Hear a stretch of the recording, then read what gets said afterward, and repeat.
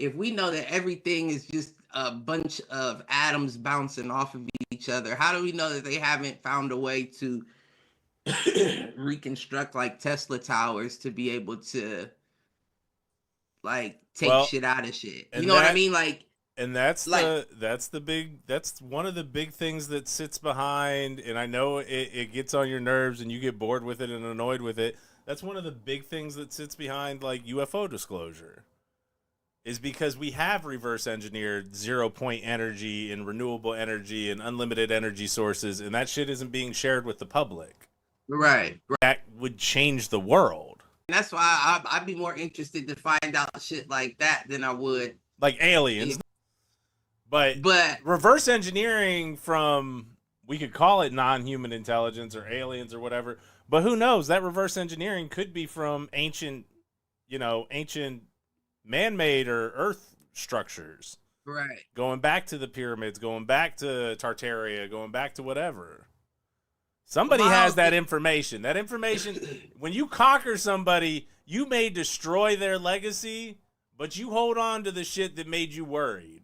right, right. No, that's facts.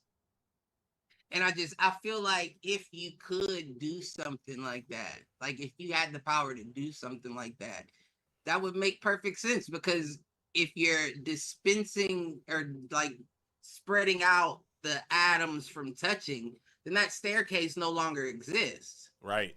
You could walk right through it and not feel anything, Well, if you're but the vibrating at the moment right that frequency. everything comes back together and you snap a picture, you could see a perfectly visible staircase around that motherfucker. So my whole thing is, what else could that, if that's a possibility, and if these motherfuckers got CERN and shit cracking portals, I can't say that you haven't figured that out as Well, well. here's the other side of it too, and it goes back to, we've talked about it in the past, is like vibrations and frequencies.